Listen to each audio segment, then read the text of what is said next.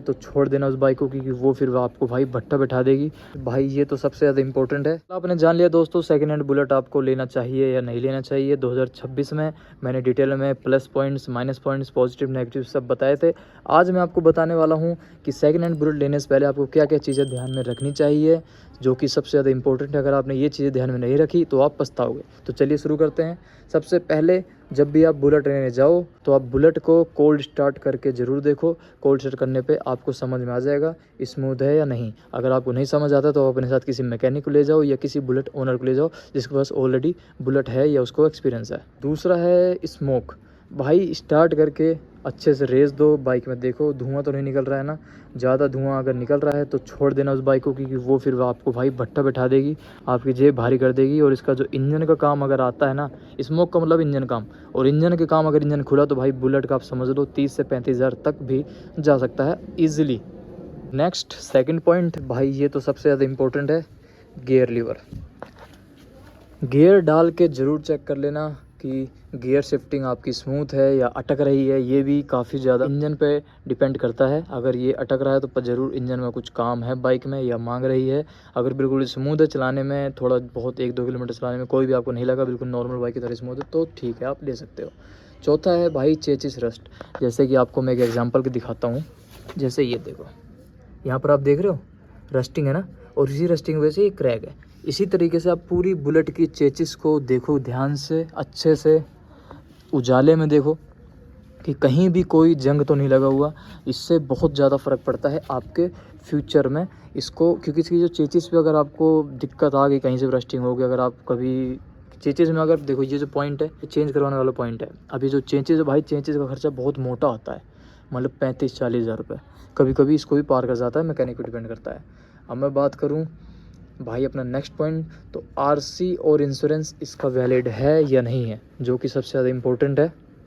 अगर भाई 2010-11 का मॉडल ले रहे हो, पुराना मॉडल ले रहे हो, तब तो क्या ही है, फिर तो आरसी देख लेना। लेकिन अगर आप अच्छी खासी कंडीशन की बुलेट ले रहे हो, उसकी डॉक्यूमेंट्स पूरे नहीं है, तो उसको मत लेना बिल्कुल भी। नए मॉडल की बुलेट के अगर डॉक्यूमेंट पूरे नहीं है, इसका मतलब कि भाई कोई घपला है, बुलेट चोरी चकारी की है। तो इसलिए ध्यान से रहना और ध्यान से ख़रीदना। इनके नहीं मिलते हैं documents, I know, but RC होनी चाहिए इसकी भी। आरसी मतलब हमेशा इंपॉर्टेंट है, एक्सपायर हो या ना हो बाइक। और भी डॉक्यूमेंट्स, आरसी, इंश्योरेंस, पॉल्यूशन, ये सब चीज़ें होना चाहिए। पॉल्यूशन फ्री भी आप करवा सकते हो अपने पास से बाद में। पॉइंट है दोस्तों अपना सर्विस हिस्ट्री। आपको उस ओनर से डिटेल में पूछना चाहिए कि भाई इसकी जो हिस्ट्री है कैसी रही है, सर्विसेज कहाँ से करवाई हैं, पर्टिकुलर किसी एक मैकेनिक से हुई है या शोरूम में हुई है या अलग अलग जगह से हुई है, एक्सीडेंटल है या नहीं है। सबसे ज़्यादा मोस्टली जो बुलेट्स होती हैं भाई, लोग बहुत उल्टी सीधी तरीके से चलाते हैं। तो ये चीज़ें आप ज़रूर ध्यान से देखना कि आपकी बुलेट जो है वो कहीं से एक्सीडेंटल ना हो। सर्विस हिस्ट्री ज़रूर चेक कर लो। शोरूम से अगर सर्विस हिस्ट्री है तो मज़ा ही आ जाएगा, बुलेट में आपको कहीं से कहीं तक कोई दिक्कत होगी ही नहीं। और शोरूम से अगर होगी तो भाई उसके बिल वगैरह होते हैं, जो कि आपको पूछना नहीं पड़ेगा। अगर शोरूम से है तो वो खुद देगा आपको। पॉइंट है जो अपना मोस्ट इम्पोर्टेंट पॉइंट भाई, टेस्ट राइड। टेस्ट राइड बिल्कुल भी मिस मत करना। ये नहीं है कि आप संकोच में, शर्म में कि यार पगला क्या सोचेगा, 100-200 मीटर में ही चला के वापस कर वो बोलो हाँ ठीक है। अच्छे से चलाओ भाई, मैं तो कहूँगा एक दिन के लिए ले लो, अगर कोई खास है, जान पहचान का है, अगर मान सकता है तो। नहीं तो भाई 1 से 2 किलोमीटर, 5 किलोमीटर तो चला लो, जितना ज़्यादा हो सके उतना चला लो। क्योंकि कई बार बुलेट का जो इंजन है वो गर्म होने के बाद दिक्कत देता है। तो इसलिए अगर जितनी लॉन्ग राइड चला सको उतनी लॉन्ग टेस्ट ड्राइव चलाओ इसको, अच्छे से सेटिस्फाइड हो जाओ कि टेस्ट ड्राइव में आपको कहीं से कहीं तक कोई दिक्कत नहीं आई है। इंजन में कोई टैपिंग साउंड तो नहीं आ रहा है। हाँ जी, कई बार ना हम इंजन में जो ऊपर का हेड होता है इसमें टैपिंग की आवाज़ आती है, मतलब हल्की सी आपको टैप टैप करके आवाज़ आएगी, कट कट कट कट, वो थोड़ा बहुत आपको समझ में आ जाएगा कि ऊपर से हेड से आवाज़ आ रही है, वो भी नहीं आनी चाहिए। तो ये सब चीज़ें मस्ट इम्पोर्टेंट जो कि आपको ध्यान में रखनी चाहिए। अब बढ़ते हैं वीडियो में आगे, जो कि सबसे मेन और इम्पोर्टेंट अपना सवाल है कि 2026 में आपको ये बुलेट लेनी चाहिए सेकेंड हैंड या नहीं लेनी चाहिए बाइक।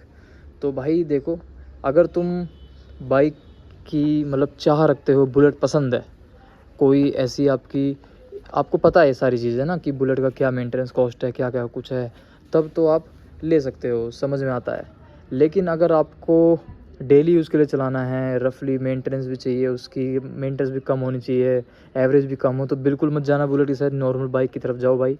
शोसेबाजी के चक्कर में मत पड़ जाना। वीकेंड्स राइड करते हो आप, सैटरडे संडे दोस्तों के साथ जाना पसंद करते हो, बुलेट में गेड़ी मारना पसंद करते हो, तो बेस ले लो, अलग बात है। और मेंटेनेंस करने का जज्बा है आपके अंदर बुलेट को, तो तब जाकर लेना, क्योंकि वो कहावत है ना कि भाई हाथी खरीदना आसान है, उसको पालना सबसे ज़्यादा मुश्किल काम होता है। तो अगर आप ये सारे पॉइंट्स से एग्री करते हो तब तो भाई पुरानी बुलेट आपके लिए वर्थ इट हो सकती है।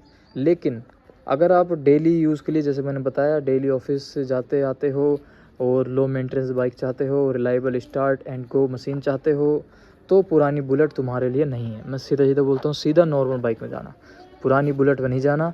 अगर बुलेट ही लेनी है तो न्यू वाली ले लेना, सीधा अपनी जे सीरीज इंजन, वो आपको वही जो अब नई बाइक्स आती हैं उसी की तरह है, ज़्यादा आपको मेंटेनेंस में परेशान नहीं करेगी।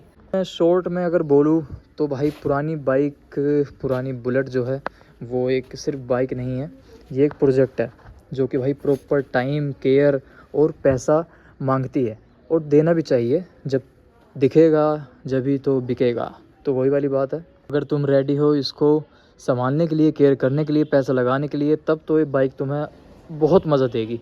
कहीं भी जाओगे बढ़िया आपको नोटिस करेंगे, अलग ही आपकी वाह वाह होगी, आपसे टेस्ट राइड मांगेंगे, मज़ा आएगा। थोड़ा सा स्पेशल ट्रीटमेंट मिलता है तो मज़ा आता है बुलेट में। ये वाला आपको एक थोड़ा सा लगेगा, स्कूल कॉलेज जहाँ भी जाते हो वहाँ भी लेकर जाओगे तो लोग नोटिस करेंगे।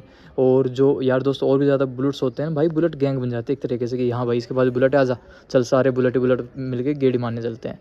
तो एक मिलता है ग्रुप में, एक हर चीज़ में, हर जगह से एक थोड़ी सी रिस्पेक्ट टाइप के आपको महसूस होगी। अब आप लोग मुझे कमेंट करके बताओगे कि आप लोग ये वीडियो कौन से सिटी से देख रहे हो, कौन से स्टेट से देख रहे हो, और आप लोगों का क्या क्या एक्सपीरियंस रहा है बुलेट 350 के साथ। तो अभी के लिए इस वीडियो को एंड करते हैं यहीं पर ही। इससे पहला पार्ट आपने नहीं देखा तो जाकर फटाफट से देख लो, उसमें मैंने कंप्लीट डिटेल बताई हुई है, इससे जस्ट पिछली वाली वीडियो है। और इस वीडियो को अपने दोस्तों के साथ शेयर जरूर कर देना जिसके पास बुलेट है, या कोई भी दोस्त आपका बुलेट खरीदना चाहता है उसको बुलेट खरीदने से पहले ये वीडियो जरूर दिखा देना एक बार, शायद उसकी थोड़ी मदद हो जाए सेकेंड हैंड एक अच्छी कंडीशन की बुलेट ढूंढने में।